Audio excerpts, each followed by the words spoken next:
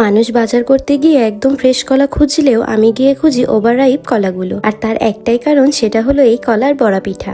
আমি জানি না এটা সবাই চিনে কিনা, বাট এই কলার বড়া পিঠাটা খেতে বেশ দারুণ লাগে। আর এটা বানাতে শুরুতেই আমি কলা নিয়ে নিয়েছি। একদম পেকে যাওয়া কলাগুলো নিলে এটা বানালে খেতে বেশি মজা হয়। আর এই কলাগুলো আমি খুব সুন্দর করে এখন ম্যাশ করে নেব।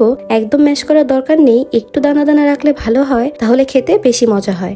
এরপর আমি ম্যাশ করা কলার মধ্যে দিয়ে দেবো হাফ কাপ ফুল ক্রিম গুঁড়ো দুধ, দিয়ে দিব হাফ কাপের একটু কম ময়দা, এরপর দিব হাফ কাপ কোরানো নারিকেল। আর নারিকেলটা স্কিপ করা যাবে না, কারণ নারকেলের জন্য এটার টেস্ট অনেক বেশি ভালো হয়। দেন আমি দিয়ে দিব 1 চিমটি লবণ আর 1 চামচ চিনি। চিনি না দিলেও চলে, এমনিতে অনেক মিষ্টি হয়। আমি জাস্ট টেস্টটা ব্যালেন্স করার জন্য 1 চামচ চিনি দিলাম।